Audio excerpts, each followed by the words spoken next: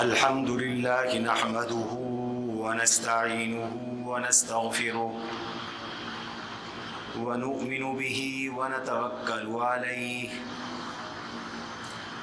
ونعوذ بالله من شرور أنفسنا ومن سيئات أعمالنا من يهده الله فلا مضل له ومن يضلله فلا هادي له ونشهد أن لا إله إلا الله وحده لا شريك له ونشهد أن سيدنا ومولانا محمدا عبده ورسوله صلى الله تعالى عليه وعلى آله وأصحابه وأزواجه وأتباعه وذرياته أجمعين أما بعد فأعوذ بالله من الشيطان الرجيم بسم الله الرحمن الرحيم فإذا أفضتم من عرفات فاذكروا الله عند المشعر الحرام واذكروه كما هداكم وقال تبارك وتعالى في موضع آخر ولله على الناس حج البيت من استطاع إليه سبيلا ومن كفر فإن الله غني عن العالمين وقال رسول الله صلى الله عليه وسلم خذوا عني مناسككم لعلی لا الاقیکم بعد عامی هذا او کما قال رسول اللہ صلی اللہ علیہ وسلم وقال رسول اللہ صلی اللہ علیہ وسلم من اراد منکم ان یہل بالعمرة والحج فلیفعل ومن اراد منکم ان يهل بالحج فليفعل أو كما قال رسول الله صلى الله عليه وسلم صدق الله وصدق رسوله النبي الكريم ونحن على ذلك لمن الشاهدين والشاكرين والحمد لله رب العالمين اللهم صل على محمد وعلى آل محمد كما صليت على إبراهيم وعلى آل إبراهيم إنك حميد مجيد اللهم بارك على محمد وعلى آل محمد كما باركت على إبراهيم وعلى آل إبراهيم إنك حميد مجيد أستغفر الله ربي من كل ذنب وأتوب إليه أستغفر الله ربي من كل ذنب وأتوب إليه أستغفر الله الذي لا إله إلا هو الحي القيوم وأتوب إليه گرامی قدر سامعین مکرم، نہایت ہی عزیز طلباء، گزشتہ جمعۃ المبارک کی مجلس میں اسلام کے فریضہ حج اور اس فریضہ حج کے فضائل، برکات، اس کے فلسفے سے متعلق معروضات عرض کی تھی۔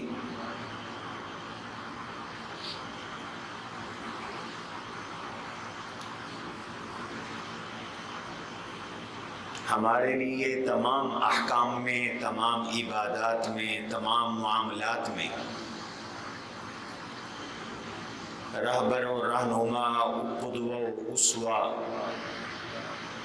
دو جہاں کے سردار حضور نبی کریم صلی اللہ تعالی علیہ وسلم کی مبارک ذات ہے۔ ہمیں حکم ہے ہم نماز ایسے ادا کریں جیسے حضور نے نماز ادا کی، صلو کما رأیتمونی اصلی۔ ہمیں حکم ہے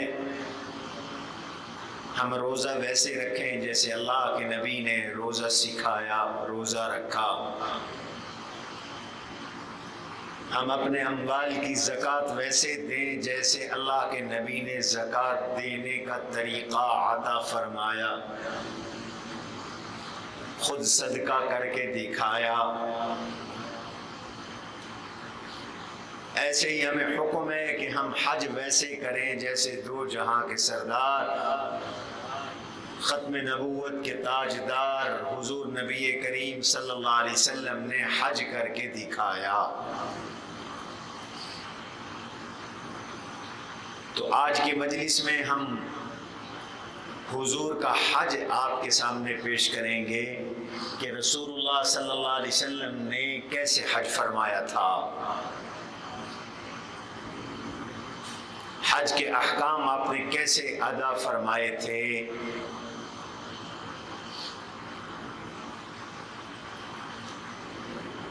ہجرت کے بعد 10 ہجری تک، یعنی اس 10 سال میں اللہ کے نبی صلی اللہ علیہ وسلم نے کوئی حج نہیں فرمایا تھا۔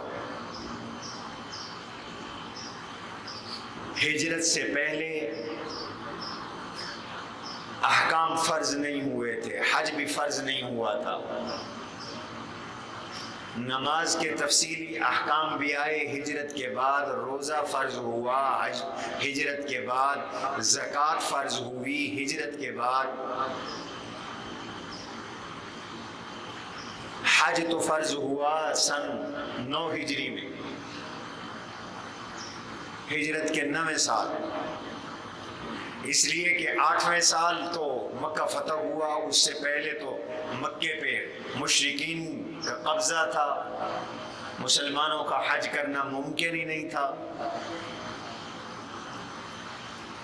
ہجرت سے پہلے حج فرض نہیں تھا، لیکن حضرت جابر رضی اللہ عنہ کی روایت ہے کہ اللہ کے نبی علیہ السلام نے ہجرت سے پہلے بھی 2 حج فرمائے تھے،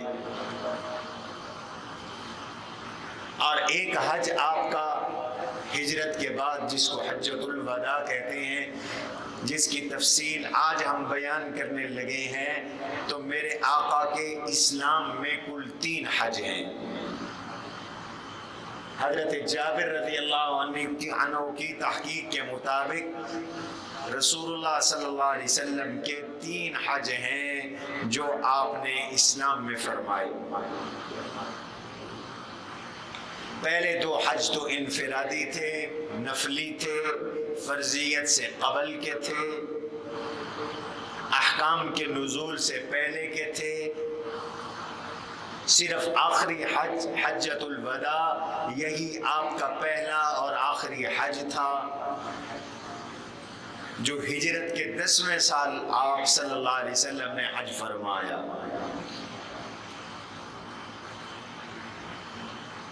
یہ ہجرت کا 10واں سال تھا،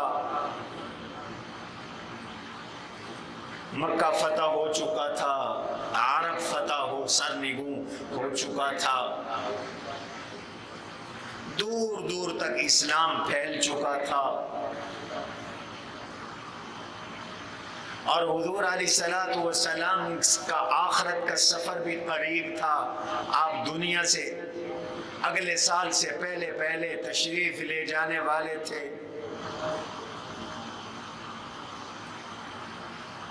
اس لیے اللہ نے اپنے حبیب کو سفر آخرت سے پہلے حج کروایا تاکہ امت کو حج کے احکام مل جائیں، امت کو مسنون حج کا طریقہ مل جائے، امت کو حج حضور علیہ الصلوۃ والسلام سے امت حج سیکھ سکے۔ اور حضور علیہ الصلوۃ والسلام کو بھی اللہ کی منشا تھی کہ اسلام کی شان و شوکت دکھائیں، صحابہ کا جم غفیر دکھائیں، اور آپ کی جو 23 سالہ محنت تھی وہ محنت، اس محنت کا ثمرہ، اس کا نتیجہ رسول اللہ کی آنکھوں کے سامنے آ جائے، آقا کی آنکھیں ٹھنڈی ہو جائیں، مجمع کو دیکھیں، جمع غفیر کو دیکھیں، اپنے لاتعداد صحابہ کو دیکھیں، اسلام کے غلبے اور شان و شوکت کو دیکھیں۔ اللہ کی یہ منشا تھی کہ حج ہو جائے۔ رمضان گزرا، آپ نے رمضان میں اعلان فرمایا تھا عمرۃ فی رمضان کا حجۃ فیما سواہ، رمضان میں عمرے کا ثواب بھی حج کے برابر ہے۔ لیکن جیسے رمضان گزرا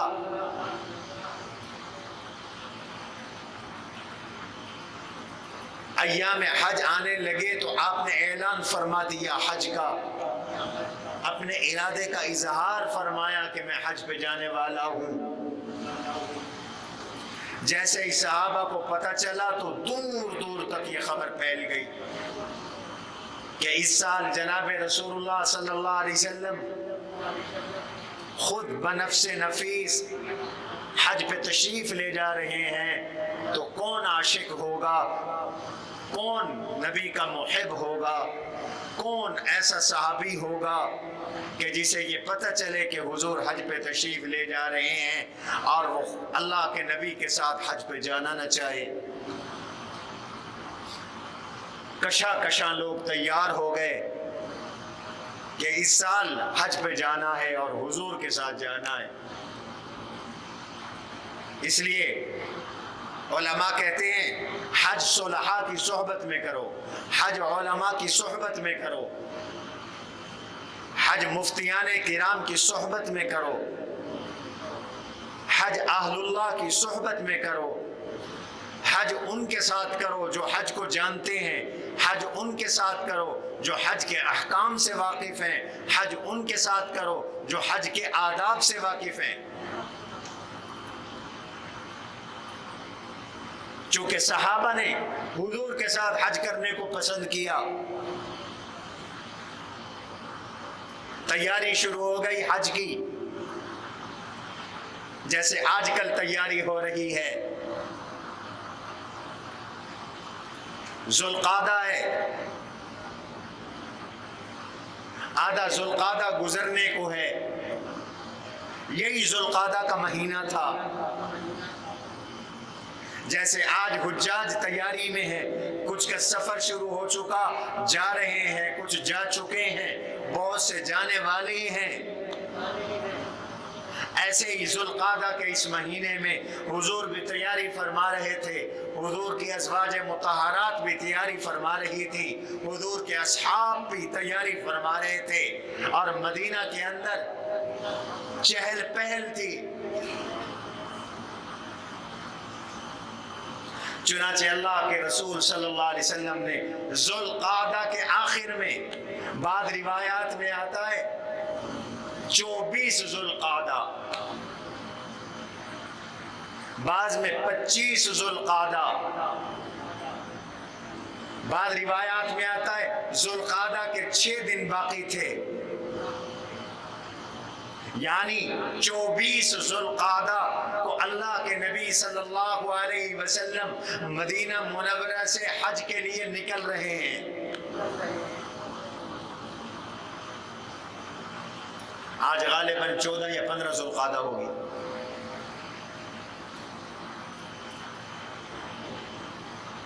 ابن حزم فرماتے ہیں جمعرات کا دن تھا، حضور صلی اللہ علیہ وسلم نے حجامت کروائی۔ سنت ہے حج عمرے پہ جانے سے پہلے حجامت کروا لو، غسل فرمایا، سنت ہے حج عمرے سے پہلے غسل کر لو۔ رسول اللہ صلی اللہ تعالی علیہ وسلم نے نماز ظہر مسجد نبوی میں ادا فرمائی، اور نماز ظہر کے بعد آپ سے نکلے ذوالحلیفہ کی طرف، تو جب نکلے تو کوئی 2-4 کی بات نہیں، بعد روایات میں آتا ہے حضور کے 90,000 صحابہ آپ کے ساتھ تھے، بعد روایات میں آتا ہے 1,15,000 کا جمع غفیر اور مجمع جناب رسول اللہ صلی اللہ علیہ وسلم کے ساتھ تھا، اور یہ مجمع اونٹوں پہ تھا، پیدل تھا، اونٹوں پہ تھا، اتنا بڑا نبوی لشکر، اتنے بڑے عازمین حج، حضور کے دائیں بائیں، حضور درمیان میں، اور روانہ ہو رہے ہیں حج کے لیے۔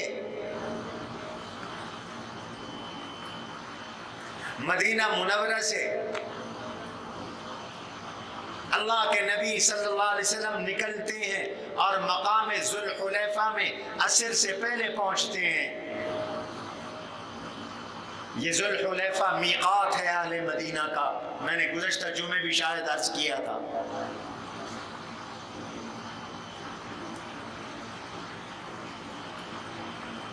حرم سے پہلے اللہ نے حدود مقرر کی ہیں، ان کو میقات کہا جاتا ہے۔ تشریف لے کرسی پہ آئے، ان کو میقات کہا جاتا ہے۔ ہر علاقے سے آنے والے حجاج کے لیے، عمرہ کرنے والوں کے لیے الگ میقات ہے، اور یہ میقات اہل مدینہ کا ذوالحلیفہ ہے۔ جیسے ایک میقات جحفہ ہے، ایک میقات یلملم ہے، ایک میقات قرن المنازل ہے۔ میں نے گزشتہ جمعے عرض کیا تھا کہ جب پاکستان کے حجاج جدہ جا رہے ہوں تو ان کا میقات قرن المنازل بنتا ہے، جہاز وہاں سے گزرتا ہے، اس سے پہلے احرام ضروری ہے، اور اگر کوئی مدینہ سے آ رہا ہے تو ان کا میقات ذوالحلیفہ ہے، جہاں آج مسجد علی ہے، اس جگہ کو بیر علی بھی کہتے ہیں، یہ مدینہ کا اب حصہ بن چکا ہے۔ اللہ کے نبی علیہ السلام کے مبارک زمانے میں 2 میل کی مسافت پر تھا، تو میرے نبی اسی لباس میں ذوالحلیفہ تشریف لائے، نماز عصر ذوالحلیفہ میں ادا فرمائی۔ جمعرات کا دن ابن حزم کی تحقیق کے مطابق 24 ذوالقعدہ جمعرات کا دن نماز ظہر مسجد نبوی میں اور نماز عصر ذوالحلیفہ میں ادا فرمائی۔ میرے نبی رات کو یہیں مقیم رہے۔ اس زمانے میں خیمے لگتے تھے، ریسٹورنٹ اور ہوٹل نہیں ہوا کرتے تھے۔ حضور علیہ السلام کے خیمے لگائے گئے۔ میرے نبی حج کے لیے اکیلے نہیں، تمام ازواج مطہرات کو لے کے گئے۔ اس وقت پیغمبر کے نکاح میں 9 ازواج مطہرات تھیں، حضور کی 9 بیویاں تھیں، 9 گھر والیاں تھیں۔ حضور ان سب کو لے کر حج پر تشریف لے گئے۔ نماز عصر یہاں ادا فرمائی، نماز مغرب یہاں ادا فرمائی، نماز عشاء جمعرات کو یہاں ادا فرمائی۔ رات کا قیام اللہ کے نبی نے یہیں فرمایا۔ اگلے دن 27 ذوالقعدہ، 25 ذوالقعدہ، 25 ذوالقعدہ جمعے کا دن نماز فجر آپ نے یہاں ادا فرمائی۔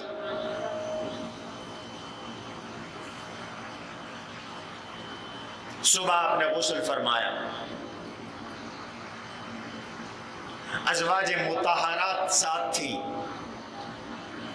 الگ الگ ان کے خیمے تھے۔ رات کو ہر زوجہ کے خیمے میں تشریف لے گئے، حق زوجیت ادا فرمایا، غسل فرمایا۔ حضور علیہ السلام کو اللہ نے حکم دیا، حضور فرماتے ہیں اتانی جبرائیل، میرے پاس جبریل آئے اور مجھے آ کے یہ حکم دیا، صلی فی ھذا الوادی المبارک، یہ مبارک وادی ہے، اس میں آپ نماز ادا کریں، نفل ادا کریں۔ حضور نے 2 رکعت نماز نفل یہاں ادا فرمائے۔ پھر حضور نے احرام پہنا، 2 چادریں پہنی، ایک چادر تہبند کے طور پر اور ایک چادر آپ نے اوپر ڈالی۔ ام المؤمنین سیدہ طیبہ طاہرہ حضرت عائشہ صدیقہ رضی اللہ تعالی عنہا نے آپ کو خوشبو لگائی، ایسی خوشبو جس میں کستوری تھی۔ علماء لکھتے ہیں احرام شروع ہونے کے بعد خوشبو لگانا ناجائز ہے، لیکن احرام سے پہلے جب احرام پہنو، نیت احرام سے پہلے، تو پھر سنت ہے خوشبو لگا لو۔ اللہ کے نبی نے کو سیدہ عائشہ نے یہ خوشبو لگائی جس میں کستوری تھی۔ حضور نے جب احرام شروع کیا تو اس کو دھویا نہیں، اس کو زائل نہیں کیا، یہ خوشبو اسی طرح برقرار رہی۔ آپ صلی اللہ علیہ وسلم نے احرام کی 2 رکعتیں پڑھی، 2 رکعت نماز نفل آپ نے احرام کی ادا فرمائی۔ پہلی رکعت میں سورہ قل یا ایھا الکافرون کی تلاوت کی اور دوسری رکعت میں سورہ اخلاص قل ھو اللہ احد کی تلاوت فرمائی، اور پھر اس کے بعد آپ سواری پہ سوار ہوئے، اور جب سواری آپ کو اونٹنی آپ کو بٹھا کر اٹھنے لگی تو اللہ کے نبی نے اب زور سے تلبیہ پڑھا اور پڑھا لبیک اللہم لبیک لبیک لا شریک لک لبیک ان الحمد والنعمت لک والملک لا شریک لک۔ یہ تلبیہ آپ نے پڑھا، صحابہ نے بھی یہ تلبیہ پڑھا۔ 2 طرح کے صحابہ آپ کے ساتھ تھے، کچھ صحابہ سائق الہدی تھے، کچھ غیر سائق الہدی یا ہدی تھے، یعنی کچھ صحابہ ایسے تھے جو مدینہ سے اپنے ساتھ قربانی کا جانور بھی وہاں حرم میں ذبح کرنے کے لیے مدینہ سے ساتھ لے کے جا رہے تھے، اور کچھ صحابہ ایسے تھے جن کے ساتھ قربانی کا جانور ساتھ نہیں تھا۔ حضور اپنے ساتھ قربانی کے جانور لے گئے تھے، حضور سائق الحدیث تھے۔ میں آگے چل کے عرض کروں گا 63 اونٹ 2 جہاں کے سردار حضور علیہ السلام نے اپنے ہاتھ کے ساتھ ذبح فرمائے، اور یہ اونٹ آپ مدینہ سے ساتھ لے گئے، کل 100 اونٹ ذبح فرمائے تھے۔ یہ 100 اونٹ تو حج کی قربانی کے تھے، اور اپنی طرف سے آپ نے 2 میڈے 10 ذی الحجہ کو الگ ذبح فرمائے تھے، اور ازواج مطہرات کی طرف سے گائے الگ ذبح فرمائی تھی۔ حضور کے ساتھ یہ اونٹ بھی ہیں۔ تلبیہ پڑھا لبیک اللہم لبیک لبیک لا شریک لک لبیک ان الحمد والنعمت لک والملک لا شریک لک۔ علماء کہتے ہیں کسی کا حج کا شوق ہو تو وہ روز تلبیہ بھی پڑھا کرے، درود شریف بھی پڑھا کرے، اس نیت سے کہ مجھے اللہ حج پہ لے جائیں، تو انشاءاللہ اللہ تعالیٰ اس کو حج پہ لے جائیں گے۔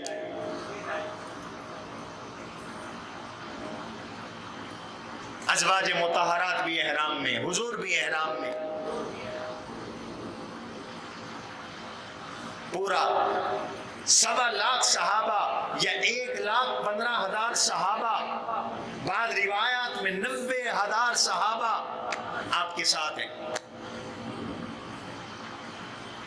یہ سفر شروع ہو گیا ہے، 8 دن کا سفر ہے۔ راستے میں ذی الحج کا چاند نظر آیا،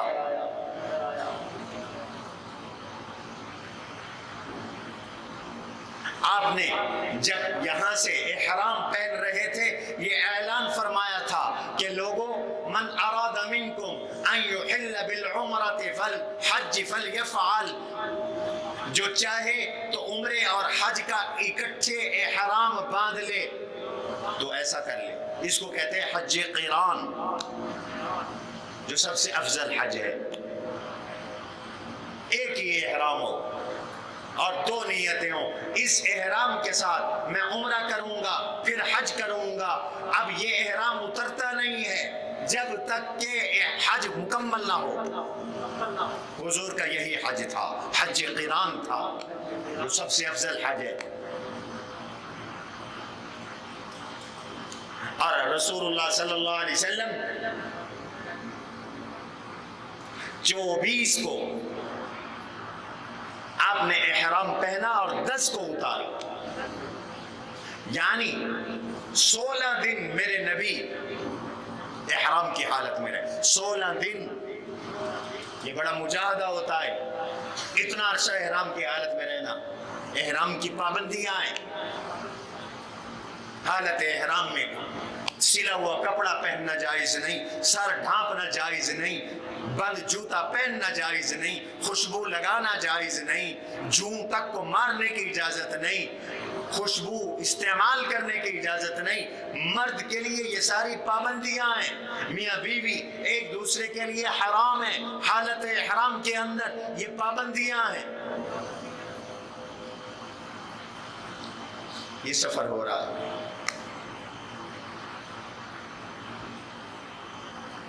جناب رسول اللہ صلی اللہ علیہ وسلم 4 ذی الحج کو مکہ مکرمہ پہنچے. آپ نے کہا تھا چاہو تو قران کی نیت کر لو، تمتع کی نیت کر لو، چاہو تو صرف حج کی نیت کر لو. مختلف صحابہ کے مختلف حج تھے. امی عائشہ کی نیت عمرے کی بھی تھی، حج کی بھی تھی، حضور کی طرح حج قران تھا. اللہ کی ذات پر قربان جاؤں، اللہ نے اپنے نبی کے قافلے میں ایسے واقعات رونما کروائے جس سے آنے والے دور میں قیامت تک کی امت کو رہنمائی مل جائے، مسائل مل جائیں. ابھی مکہ نہیں پہنچے تھے. ام المؤمنین سیدہ طیبہ طاہرہ حضرت عائشہ صدیقہ رضی اللہ عنہا کو ایام آ گئے. خواتین کے ساتھ اللہ نے یہ چیز لکھ دی، ان کے مخصوص دن شروع ہو گئے. رونے لگ گئیں، پریشان ہو گئیں. حضور نے فرمایا پریشان ہونے کی ضرورت نہیں، تم انتظار کرو، تم ابھی عمرہ نہیں کرو گی. آج بھی خواتین کے لیے یہی حکم ہے کہ اگر اللہ کا اس طرح کا حکم آ جائے تو ان مخصوص ایام میں وہ عمرہ نہیں کر سکتی، طواف نہیں کر سکتی، صفا مروہ کی سعی ان ایام میں آج کل نہیں کر سکتی. انتظار کریں. حضور نے فرمایا تم انتظار کرو. انہوں نے عمرہ نہیں کیا. باقی ازواج مطہرات حضور کے ساتھ ہیں. اتوار کا دن 4 ذی الحج میرے نبی ثنیۃ الوداع کے راستے مکہ مکرمہ میں قدا کے راستے داخل ہوئے. ثنیۃ الوداع سے، یہ ثنیۃ الوداع وہی ہے جس کا تذکرہ حضور کی ہجرت کے وقت چھوٹی چھوٹی بچیاں کر رہی تھی.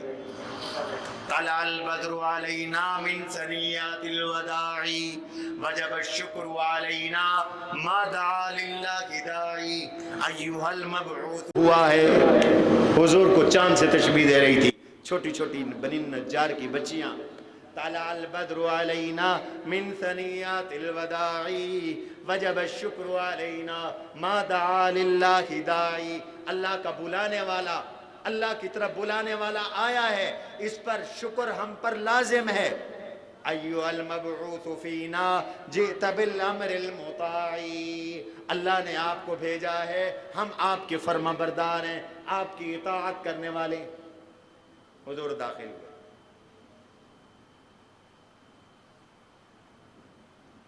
مسجد حرام میں تشریف لائے. حضور عمرہ شروع فرما رہے ہیں. مسجد حرام میں اللہ کے نبی صلی اللہ علیہ وسلم تشریف لائے.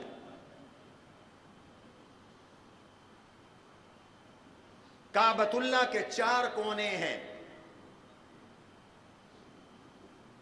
ایک رکن یمانی ہے، یہ یمن کی جانب ہے. ایک حجر اسود والا کونا ہے.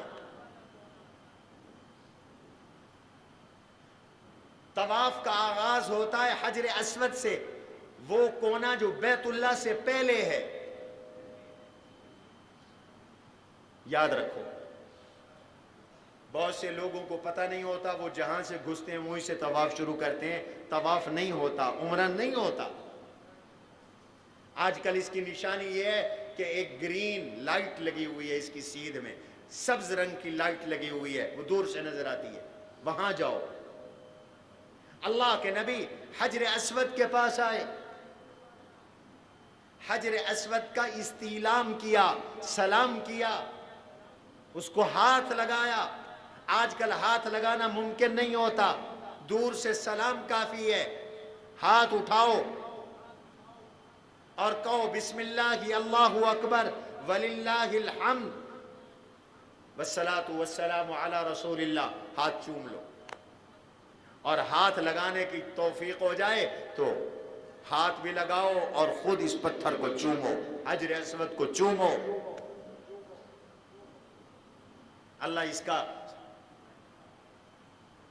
بوسہ نصیب فرمائے. اگر کسی کو بوسہ نہیں ملتا، موقع نہیں ملتا، تو دھکم پیل نہ کرے، گھبرائے نہیں. سلام کرنے کا ثواب بھی بوسے جیسا ہے.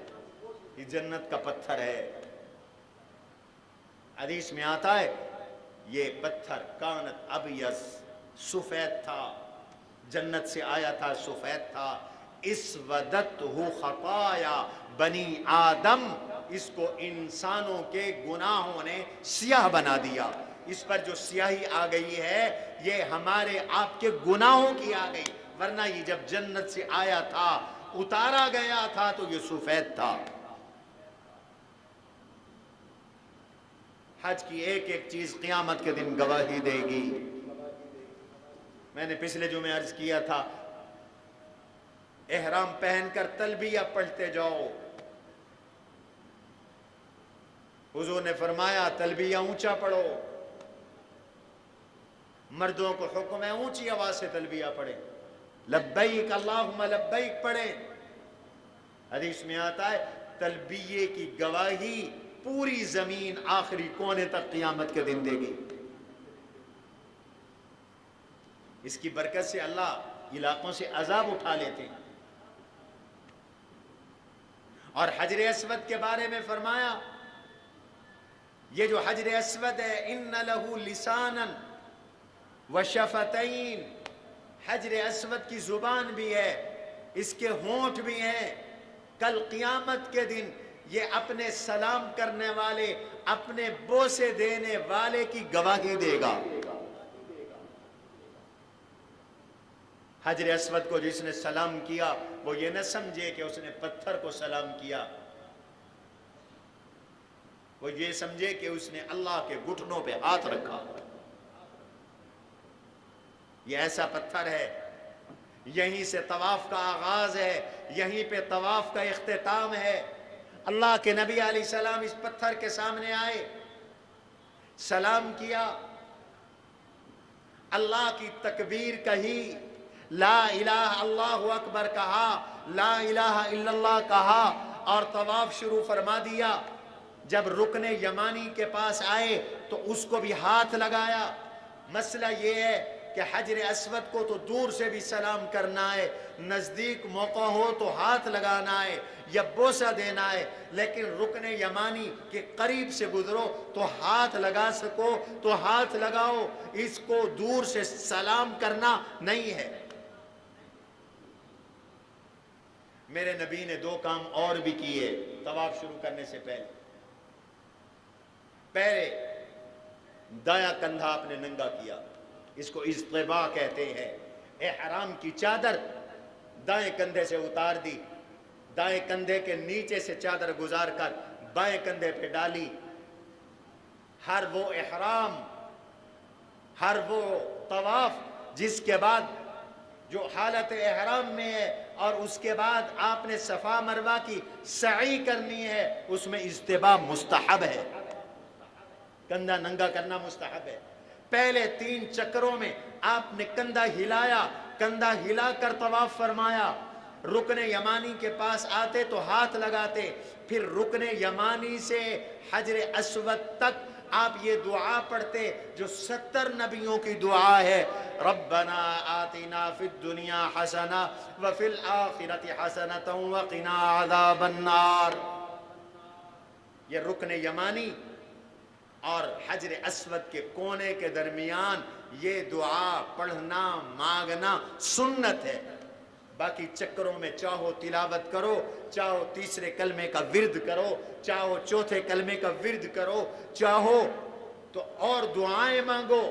دعائیں اعمال شریعت نے مقرر نہیں کیے، لیکن باوضو ہونا شرط ہے، بغیر وضو طواف نہیں ہوگا، وضو طواف کا واجب ہے۔ امام شافعی کے نزدیک طہارت طواف کے لیے فرض ہے، ہمارے نزدیک واجب ہے۔ الطواف بالبیت صلاۃ، ایک روایت میں آتا ہے بیت اللہ کا طواف نماز کی طرح ہے۔ حضور نے 7 چکر پورے فرمائے اور 7 چکروں میں رسول اللہ صلی اللہ علیہ وسلم نے 8 بار حجر اسود کا استعلام فرمایا۔ ام سلمہ رضی اللہ عنہا ام المؤمنین بیمار ہو گئیں، ان کو سواری پر سوار ہو کر طواف کی اجازت مرحمت فرمائی اور وہ سب سے پیچھے تھی۔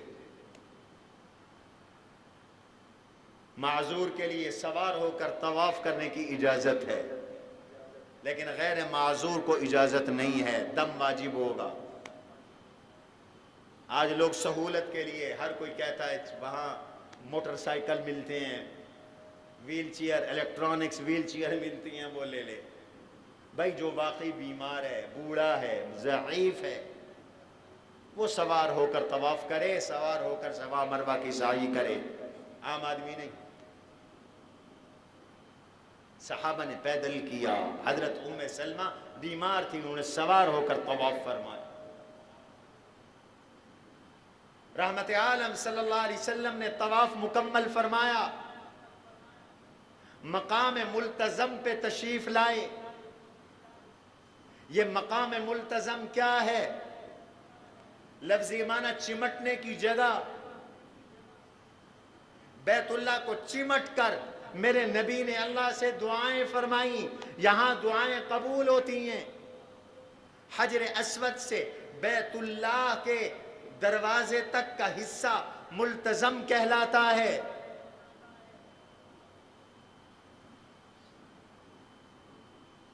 سینہ بیت اللہ کے ساتھ ہو اور رخسار بیت اللہ کے ساتھ ہوں، اور تصور یہ ہو کہ میں اللہ کو لپٹ گیا ہوں اور اپنے اللہ سے مانگ رہا ہوں، اپنے روٹھے رب کو منا رہا ہوں۔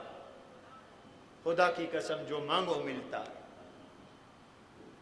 جو جذبہ رکھو اللہ وہ عطا فرماتے ہیں، اللہ نصیب فرماتے ہیں۔ حضور مقام ملتزم پہ تشریف لائے، ملتزم پہ میرے نبی نے دعا فرمائی، پھر واپس حجر اسود کے سامنے آئے۔ یاد رکھو نویں بار حجر اسود کو آپ نے ہاتھ لگایا، سلام کیا، استعلام کیا، نویں بار، یہ مستحب ہے۔ یہ نویں دفعہ والا اکثر حجاج معتمرین کو اس مسئلے کا پتہ نہیں ہے۔ پھر آپ تشریف لائے مقام ابراہیم پر۔ یہ کیا ہے مقام ابراہیم؟ ایک پتھر ہے۔ آج کل اس پتھر کو سعودی حکومت کی حکومت آنے کے بعد اس پتھر کو انہوں نے ایک شیشے میں بند کر کے نصب کر دیا ہے۔ ایک زمانہ تھا یہاں ایک کمرہ تھا، کمرے میں بند ہوتا تھا، ہر کوئی زیارت نہیں کر سکتا تھا۔ یہ پتھر ہے جس پتھر پر حضرت ابراہیم علیہ السلام نے کھڑے ہو کر بیت اللہ کی تعمیر کی، اور یہ ابراہیم علیہ السلام کا معجزہ تھا کہ جب وہ بیت اللہ کی تعمیر کر رہے تھے، اس پتھر پہ کھڑے ہوتے، ارادہ کرتے تو یہ لفٹ کا کام دیتا اور پتھر آپ کو اوپر لے جاتا۔ بیت اللہ تو اونچا ہے، آج بھی خالی بیت اللہ کا جو دروازہ ہے نیچے کھڑے ہو کر مجھ جیسے آدمی کا ہاتھ نہیں جاتا، اوپر ایک زینہ چڑھنا پڑتا ہے، پھر چوکٹ پہ ہاتھ جاتا ہے۔ اور چھت کتنی اونچی ہے؟ ابراہیم علیہ السلام کو اللہ نے یہ پتھر دیا، یہ لفٹ کا تصور تھا، وہ انجینئرنگ اور سائنس کا زمانہ نہیں تھا، لیکن دنیا میں یہ سب چیزیں جو آنے والی تھیں اللہ نے اپنے نبیوں کو معجزات کے ذریعے پہلے عطا فرما دی، اور دنیا کو بتا دیا کہ یہ کوئی ناممکن چیزیں نہیں، ایسا ممکن ہے۔ آج سے 4,000 سال پہلے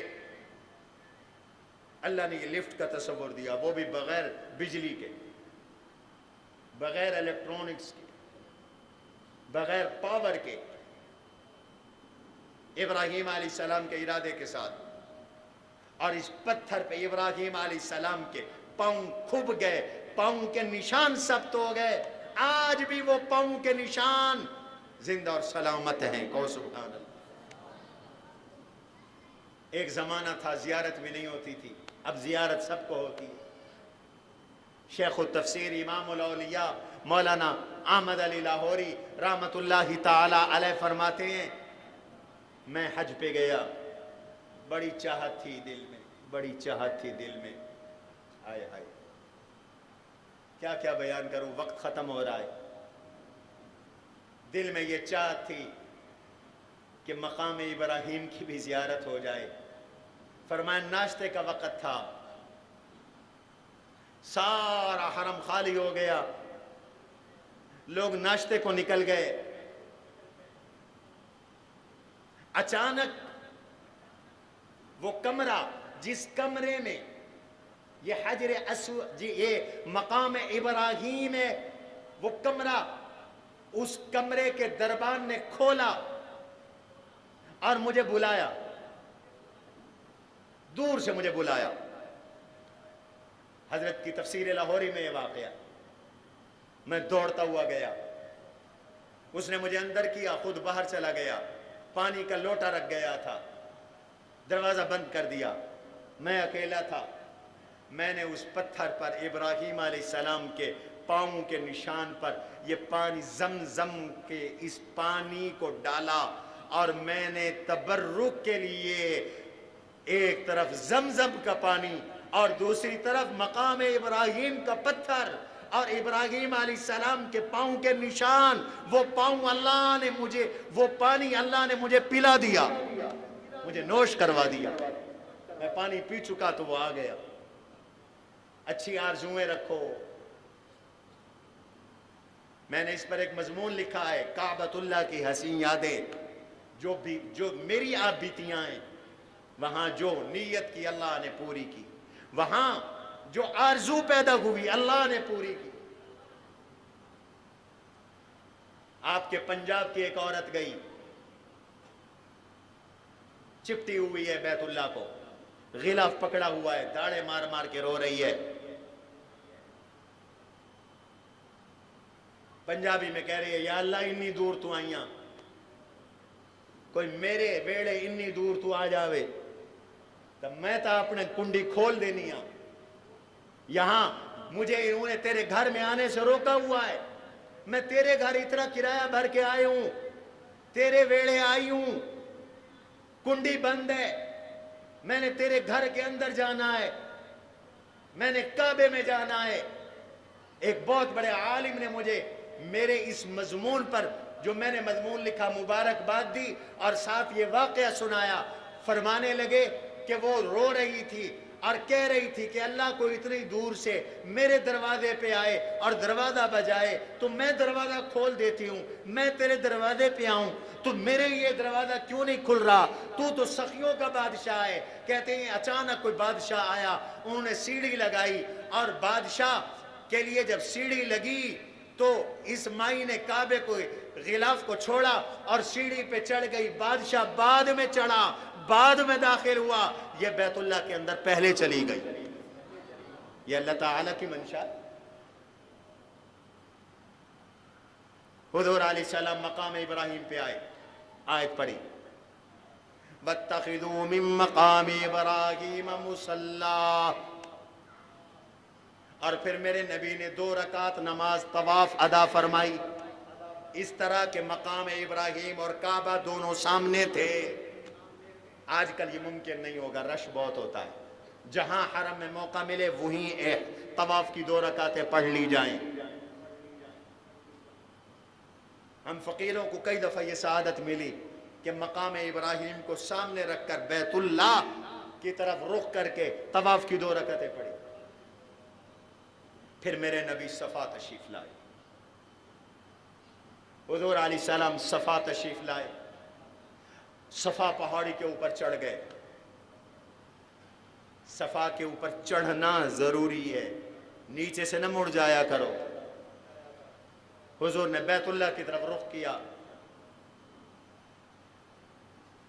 اللہ اکبر لا الہ الا اللہ، آپ نے یہ فرمایا لا الہ الا اللہ وحدہ نصر عبدہ وانجز عہدہ وہزم الاحزاب وحدہ۔ یہ جملے پڑھے، دعا فرمائی، پھر مروہ کی طرف چل پڑے۔ مروہ پہ پہنچے تو یہی جملے دہرائے، دعا فرمائی، پھر صفا کی طرف چل پڑے۔ درمیان میں میلین اخضرین ہیں، 2 سب ستون ہیں، یہاں رفتار تیز فرمائی۔ یہ حضور حج فرما رہی ہیں، میں آپ کو حضور کا حج سنا رہا ہوں۔ 7 چکر مروہ پہ پورے ہوئے، دعا فرمائی، اعلان کیا کہ لوگوں آج آپ نے ایک رسم جاہلیت کی تردید کی۔ زمانہ جاہلیت میں حج کے ساتھ عمرہ نہیں کرتے تھے۔ حضور صلی اللہ علیہ وسلم نے اس رسم کو توڑوایا، حضور رسمیں توڑوانے آئے۔ مسلمانوں تم نے ساری رسمیں اپنے گلے لے لی، سنت پہ چلو، رسموں پہ نہ چلو، رواجوں پہ نہ چلو۔ حضور رواج توڑنے آئے، رسموں کو توڑنے آئے۔ رسول اللہ صلی اللہ علیہ وسلم نے رسم توڑوائی، اعلان کیا کہ لوگوں جن کے ساتھ قربانی کے جانور نہیں ہیں وہ سر مڑوا کر حلال ہو جائے۔ میں تو لایا ہوں قربانی کے جانور، حضور نہیں حلال۔ حلال ہونے کا معنی احرام کی پابندیوں کا ختم ہو جائے، احرام کو کھول دینا۔ صحابہ پر یہ امر دشوار ہو گیا، یا رسول اللہ یہ کیسے؟ آپ نے فرمایا اگر یہ صورتحال پہلے میرے سامنے ہوتی تو میں اپنے ساتھ قربانی کا جانور نہ لاتا اور میں بھی احرام کھول کے اس احرام کو عمرے کا احرام بنا دیتا۔ لہذا آپ نے یہ عمرہ کروا دیا جن کے ساتھ قربانی کے جانور نہیں تھے۔ خود آپ اسی حالت میں رہے۔ اتوار کے دن آپ نے عمرہ فرمایا، 4 ذی الحج کو آپ صلی اللہ علیہ وسلم نے عمرہ فرمایا، 5 کا دن احرام کی حالت میں رہے، 6 کا دن احرام کی حالت میں رہے، 7 کا دن احرام کی حالت میں رہے، سوموار منگل بدھ آپ حالت احرام میں ہے، 8 ذی الحج نماز فجر مکہ مکرمہ میں ادا کی، آج جمعرات کا دن ہے، اللہ کے نبی علیہ السلام نے نماز فجر ادا فرمائی، اور نماز فجر ادا فرمانے کے بعد دن چڑھ گیا تو آپ نے لوگوں سے کہا جو حالت احرام میں نہیں تھے احرام پہن لو، صحابہ نے احرام پہن لیا، اب حضور مینا کو تشریف لے گئے، اور نماز ظہر جمعرات کے دن 8 ذی الحجہ کو میرے نبی نے مینا میں ادا فرمائی، نماز ظہر مینا میں ادا فرمائی، نماز عصر مینا میں ادا فرمائی، نماز مغرب مینا میں ادا فرمائی، نماز عشاء مینا میں ادا فرمائی، رات مینا میں قیام فرمایا۔ اگلا دن 10 ذی الحج اللہ کے نبی علیہ السلام نے نماز فجر مینا میں ادا فرمائی۔ آج جمعے کا دن ہے، اور پھر جمعے کے دن آپ نے پہلے قافلہ بھیجا کہ تم عرفات جاؤ اور جا کر قافلہ وہاں خیمہ گاڑو۔ حضور علیہ السلام کے لیے چمڑے کا خیمہ صحابہ لے گئے اور عرفات میں جا کر وہ خیمہ گاڑا۔ آج جمعے کا دن 9 ذی الحج، آج جمعے کا دن 9 ذی الحج، رسول اللہ صلی اللہ علیہ وسلم نماز فجر کے بعد دن چڑھے عرفات تشریف لے گئے۔ آج حج کا بڑا دن ہے۔ اس سے پہلے جاہلیت کا رواج یہ تھا، عرفات کعبے کے مجاور اور قریشی نہیں جاتے تھے، یہ ہر جگہ کے مجاور وی آئی پی ہوتے ہیں۔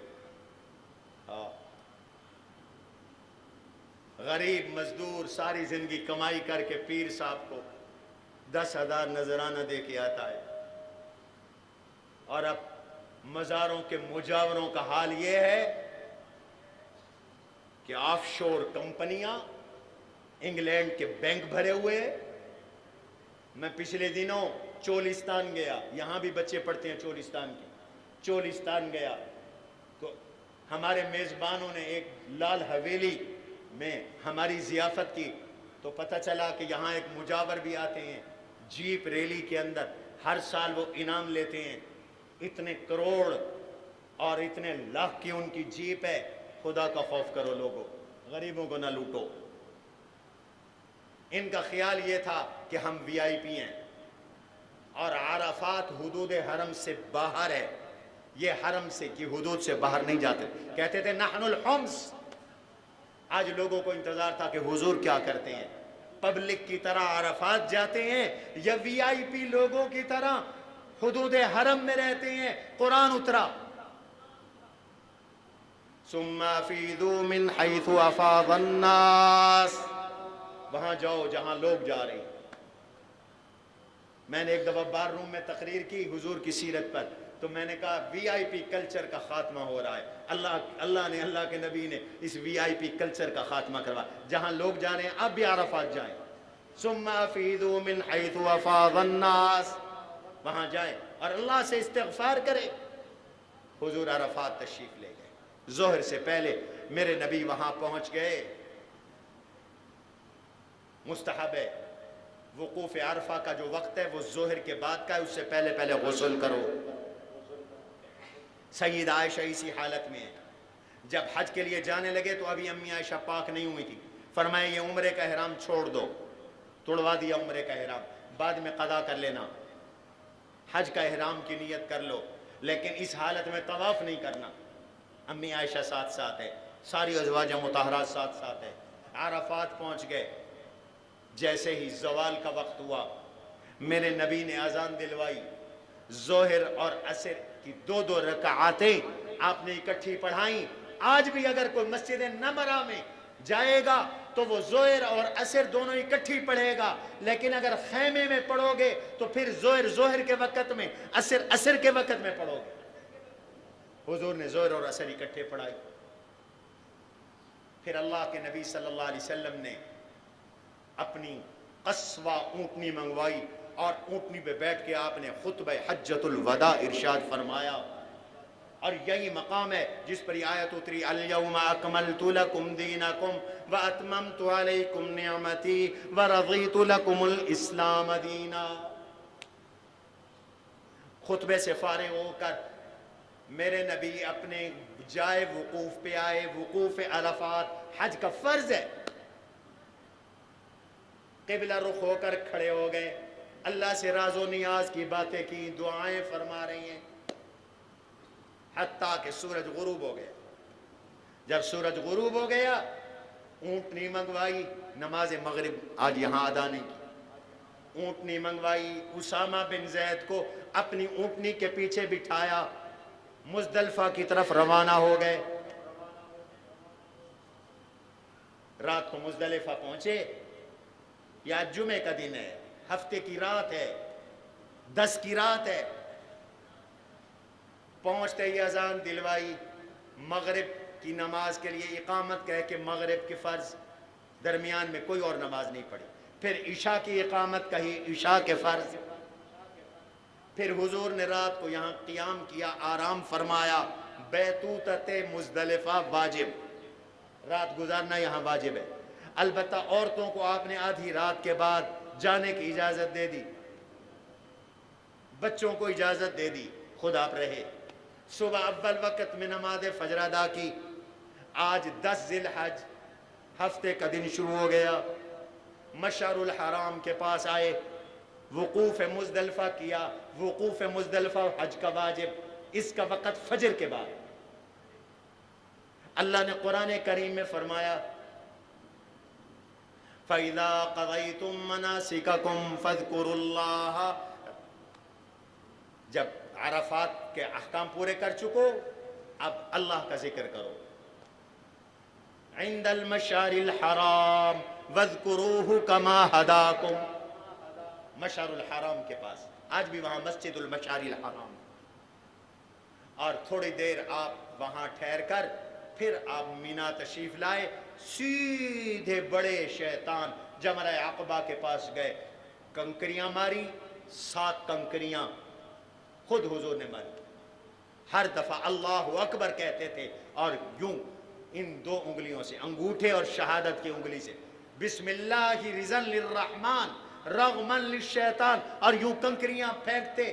آپ کے لیے حضرت عبداللہ بن عباس کنکریاں اکٹھی کر کے لائے تھے، یہ مزدلفہ سے لانی ہوتی ہیں، 7 کنکریاں ماری، پھر آپ قربان گاہ تشریف لے گئے، 63 اونٹ میرے نبی نے اپنے ہاتھ کے ساتھ نحر فرمائے، 37 اونٹ حضرت علی یمن سے لائے تھے، فرمایا تم ذبح کر دو، حضور نے 100 اونٹوں کی قربانی کی۔ اور سخیو، حضور نے امت کی طرف سے 100 اونٹوں کی قربانی کی، تم بھی اپنے نبی کے نام پر ہر سال ایک قربانی کر لیا کرو۔ حضور نے حضرت علی کو وصیت کی تھی، علی میری طرف سے بھی تو قربانی کیا کر۔ وہ 2 میڈے ذبح کرتے تھے، ایک اپنی طرف سے، ایک حضور کی طرف سے۔ یوں اللہ کے نبی علیہ السلام نے پھر سر مڑوایا، قربانی کی، پھر سر مڑوایا، ظہر کی نماز کے بعد، ایک روایت کے مطابق، دوسری روایت کے مطابق ظہر سے پہلے مکہ تشریف لائے، پھر طواف زیارہ کیا، رات کو واپس مینا تشریف لائے، پھر حضور 11 12 13 4 دن، یہ 3 راتیں آپ صلی اللہ علیہ وسلم، 3 دن اور 4 راتیں آپ صلی اللہ علیہ وسلم مینا میں رہے، اور پھر آپ مینا سے مکہ کی طرف تشریف لے گئے، حضرت عائشہ کو عمرہ قضا کروایا، اور طواف وداع کر کے آپ صلی اللہ علیہ وسلم واپس تشریف لے گئے۔ کل 10 دن میرے نبی مکہ مکرمہ میں رہے۔ سبحان ربک رب العزت عما یصفون وسلام المرسلین والحمد للہ۔ قد عظمت فللأمجاد بانيها ومن يسعى إلى العليا بما فيها